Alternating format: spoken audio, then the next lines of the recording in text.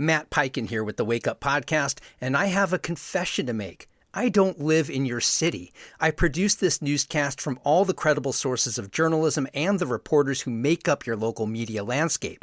I try to get the names of people and places right, but once in a while I'll mispronounce something. So I want you to set me straight so I don't repeat the mistake. If you hear anything amiss or just want to send feedback on the show, email me at editor@wakeupthenews.org.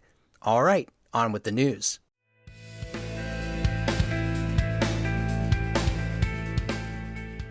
Wake up, Pittsburgh. I'm Matt Peiken. I hope you all had a sunny weekend. Thanks so much for tuning into your local newscast for Monday, March 9th.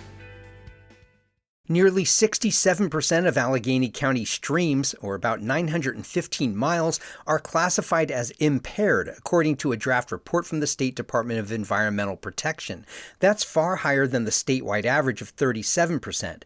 Decades of mining, industrial activity, sewage, and stormwater runoff are major causes. Acid mine drainage alone affects 600 miles. Fallen timber run in the Mon Valley is one example, and it flows into the Monongahela River, a drinking water source for about 1 million people. Officials say cleanup is complex and costly, but new state grants are supporting restoration work. Meanwhile, the county sanitary authority warned people over the weekend to stay out of Pittsburgh area waterways after a wastewater overflow. Read more about this in the Post-Gazette. A long-abandoned row house in Knoxville is coming down, marking the end of a 2-decade decline that highlighted Pittsburgh's struggles with vacant properties. A one-man crew began demolishing 418 Rochelle Street on Friday, part of Mayor O'Connor's plan to tear down 23 hilltop structures. The home remained in Nicole Green's name after a foreclosure was never finalized, leaving her facing citations and mounting costs. Demolitions average $50,000, and the city plans to place a lien on the property. Pittsburgh still has about 2,000 condemned buildings citywide. Read more about this at Public Source.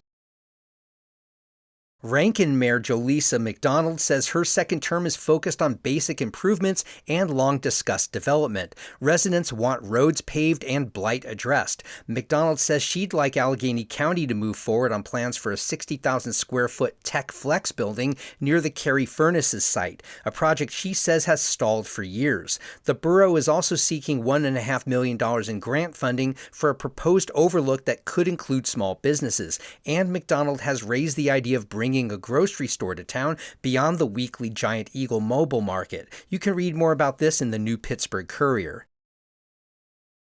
Backed by Visit Pittsburgh, a collective of local bars and distilleries has launched the Mixburgh Foundation to raise the city's profile in cocktails and spirits. The group includes Space Bar, Hidden Harbor, Poetry Lounge, Maggie's Farm, Liberty Pole, and Iron City Distilling. Mixburgh founder Dale Vaughn, the owner of Space Bar, says the city has world-class bars but lacks national recognition because award curators don't visit unless invited collectively.